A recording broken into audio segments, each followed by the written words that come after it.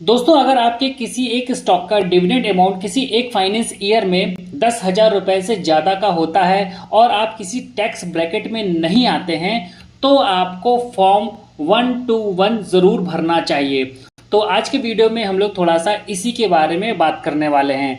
तो वीडियो में आगे बढ़ने से पहले चैनल पर अगर आप पहली बार आए हैं तो चैनल को सब्सक्राइब कर लीजिएगा। वीडियो पसंद आए तो इसको लाइक करिएगा, अपने दोस्तों के साथ भी ज़्यादा से ज़्यादा शेयर करिएगा।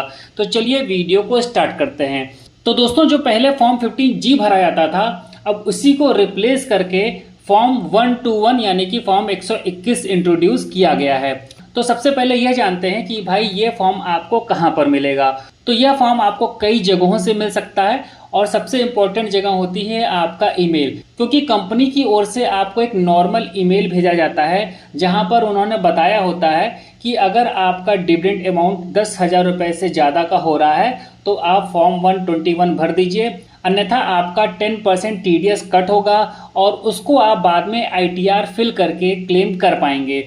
तो अगर आप नहीं चाहते हैं कि आपका TDS कट हो तो आपको फॉर्म 121 भरना चाहिए। ठीक है, अब यहाँ पर मैं आपको 2 एग्जाम्पल देने वाला हूँ, तो उसके लिए चलते हैं हम अपने ईमेल पर। तो ये जो आप ईमेल देख रहे हैं ये हमें HDFC बैंक की ओर से आया है। तो यहाँ पर मैं आपको HDFC बैंक का और ITC का दिखाऊंगा और दोनों में थोड़ा सा अंतर मुझे देखने को मिला है, क्योंकि इन दोनों ही स्टॉक्स के लिए मैंने फॉर्म 121 जमा किया है। ठीक है, तो यहाँ पर देखिए अभी HDFC बैंक की ओर से मेल आया है और इन्होंने सब बता रखा है डिटेल में कि क्या करना है क्या नहीं करना है। तो इस ईमेल में जब सबसे नीचे की ओर आते हैं तो हमें यहाँ पर फॉर्म 121 का ऑप्शन मिलता है। जब इसके ऊपर हम क्लिक करेंगे तो हमारा जो फॉर्म है वो डाउनलोड होकर के आ जाएगा। तो आपको क्या करना होगा, इस फॉर्म का प्रिंट निकालना पड़ेगा, इस फॉर्म को फिल करना पड़ेगा और वापस से इस फॉर्म को अपलोड करना पड़ेगा। ITC के केस में वहां पर हमें जस्ट एक ईमेल कर देना होता है, लेकिन HDFC के केस में थोड़ा सा प्रोसेस अलग है। तो सबसे पहले हम बताते हैं आपको कि फॉर्म किस तरीके से भरा जाएगा, इसके बारे में थोड़ी सी जानकारी आपको दे देते हैं। फिर HDFC का केस दिखाएंगे और आपको ITC का केस दिखाएंगे। तो ये जो फॉर्म आप देख रहे हैं ये 4 पेज का फॉर्म है और आपको यहाँ पर सिर्फ पार्ट A भरना है। ठीक है, और कोई भी पार्ट नहीं भरना है, इस बात का ध्यान रखिएगा। तो सबसे पहले तो नेम हो गया, सिंपल है, कोई इशू नहीं है। फिर एड्रेस है, यहाँ पर भर देना है। उसके बाद में यहाँ पर पैन नंबर डाल देना है। फिर स्टेटस यहाँ पर डालना है, यानी कि इंडिविजुअल डाल देना है। रेजिडेंशियल स्टेटस में यहाँ पर आपको जो है रेजिडेंट डालना है। उसके बाद में यहाँ पर देखिए पूछा गया है कि अगर आपकी एज 60 से अबव है तो आपको यस करना है यहाँ पर, अन्यथा नो कर देना है। उसके बाद में यहाँ पर आपको अपनी ईमेल ID डालनी है। उसके बाद में यहाँ पर कंट्री कोड डालिए और यहाँ पर अपना मोबाइल नंबर डाल दीजिए। चाहे तो इसको ऐसे बाहर निकालते हुए डाल दीजिएगा और चाहे तो यहाँ पर 2 लाइनों में इसको यहाँ पर इंटर कर दीजिएगा।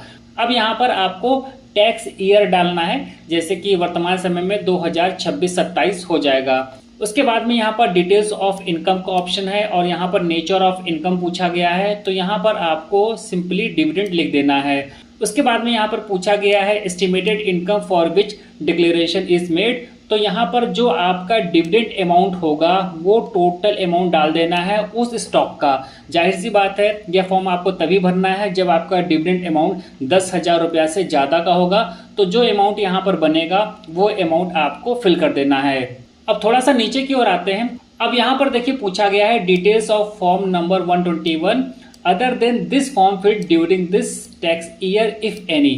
तो अगर आपने इससे पहले कोई फॉर्म भरा है तो आपको यस करना है, अन्यथा यहाँ पर नो कर देना है। उसके बाद में यहाँ पर पूछा गया total number of form number 121 field earlier. अगर आप इस वाले कॉलम पर यस करेंगे तो जितनी बार आपने फॉर्म 121 भरा होगा उस नंबर को यहाँ पर आपको डाल देना हो, 1 बार 2 बार। अगर आप इसको नो करेंगे, यहाँ पर अगर आप नो लिखते हैं तो यहाँ पर आपको सिंपली 0 लिख देना है। ठीक है, उसके बाद में यहाँ पर पूछा गया है aggregate amount of income for which form number 121 were field.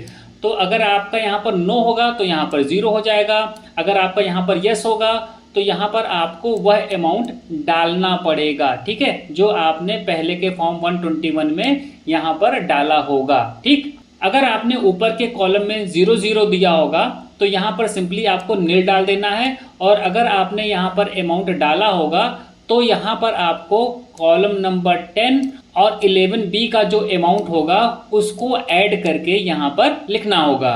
उसके बाद में यहाँ पर estimated total income of the tax year including the income mention in column 12। तो इस इनकम को इंक्लूड करते हुए आपको यहाँ पर टोटल एस्टिमेटेड इनकम को डालना होगा।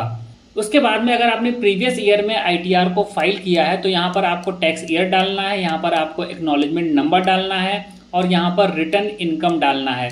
उसके बाद में यहाँ पर आपको अपना नेम डालना है, यहाँ पर आपको पैन नंबर डालना है, यहाँ पर आपको प्लेस डालनी है, यहाँ पर आपको डेट डालना है, यहाँ पर आपको नेम डालना है और यहाँ पर आपको सिग्नेचर कर देना है। और उसके बाद में ये जो पार्ट बी है इसको आपको खाली छोड़ देना है। ठीक है, तो फॉर्म को पूरा भरने के बाद में इसका पीडीएफ बना लेना है, साथ में आपको अपने सेल्फ अटेस्टेड पैन कार्ड का भी पीडीएफ बना करके रख लेना है। तो एचडीएफसी बैंक के केस में अगर बात करें तो यहाँ पर देखिए कि इन्होंने एड्रेस दे रखा है और जब यहाँ पर हम क्लिक करते हैं तो ये हमें एक नई जगह पर ले जाता है और यहाँ पर जैसे क्लिक करके कंपनी सेलेक्ट करने को कहता है, फिर यहाँ पर डीपी आईडी सेलेक्ट करेंगे तो यहाँ पर आपको अपना डीमैट अकाउंट नंबर डालना पड़ेगा। उसके बाद में यहाँ पर आपको पैन नंबर डालना पड़ेगा, फाइनेंस ईयर ये पहले से ही चूज रहेगा। उसके बाद में यहाँ पर सेलेक्ट एग्जेम्पशन फॉर्म का ऑप्शन मिलेगा, तो जब आप यहाँ पर क्लिक करेंगे तो आपको फॉर्म 121 मिल जाएगा। इस पेज में और जब नीचे आएंगे तो यहाँ पर देखिए सेल्फ अटेस्टेड पैन कार्ड की आपसे कॉपी मांगी जा रही है, तो आपको सेल्फ अटेस्टेड पैन कार्ड की कॉपी को यहाँ पर अपलोड करना होगा और यहाँ पर देखिए पीडीएफ, जेपीजी, जेपीईजी, जीआईएफ और ZIP और मैक्सिमम 10 MB की फाइल ही परमिटेड है। और यहाँ पर आपको चूज फाइल करके फॉर्म 121 को अपलोड करना पड़ेगा। ठीक है, जिस फॉर्म को अभी हमने आपको भरना बताया है। उसके बाद में यहाँ पर एनी सपोर्टिंग डॉक्यूमेंट्स का ऑप्शन है, तो आपके केस में अगर कुछ लागू होता हो तो आप इसको भी चूज फाइल करके अपलोड कर सकते हैं। मेरे केस में यहाँ पर कुछ नहीं था तो मैंने चूज फाइल करके अपलोड नहीं किया था। उसके बाद में सिंपली इसको सेलेक्ट किया था, आई एम नॉट रोबोट को सेलेक्ट किया था और सबमिट पर कर दिया था क्लिक। तो एचडीएफसी बैंक का यहाँ पर मैंने आपको एक एग्जाम्पल बताया है। अब मैं आपको आईटीसी का भी एग्जांपल यहाँ पर थोड़ा सा दिखाना चाहता हूँ। तो आईटीसी की केस में बड़ा सिंपल है और यहाँ पर इन्होंने सेल्फ अटेस्टेड पैन कार्ड की फोटोकॉपी भी नहीं मांगी थी, लेकिन तब भी हमने उनको सेंड कर दिया क्योंकि हमने एचडीएफसी बैंक में भेजा था।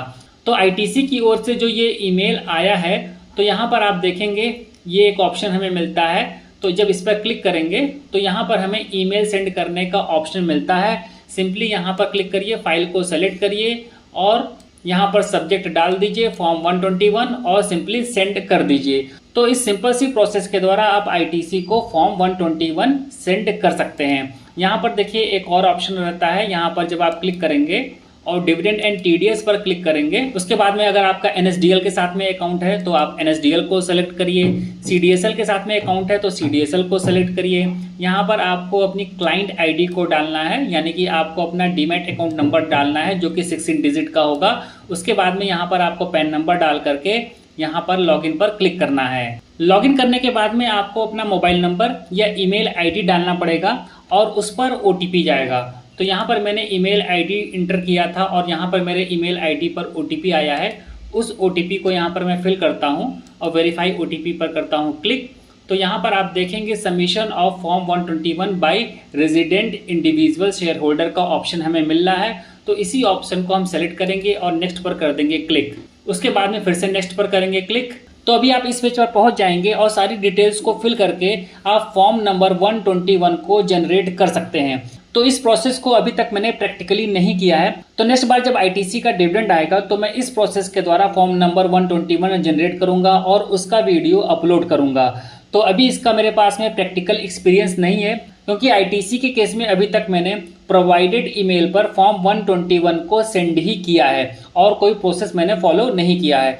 तो ये एक इम्पॉर्टेंट इन्फॉर्मेशन थी जो ऐसे लोगों के साथ में मुझे शेयर करनी थी जिनका किसी स्टॉक का डिविडेंड अमाउंट 10,000 रुपया से एक फाइनेंस ईयर में ज़्यादा हो जाता है और वह नहीं चाहते हैं कि उस डिविडेंड अमाउंट पर उनका टैक्स कटे।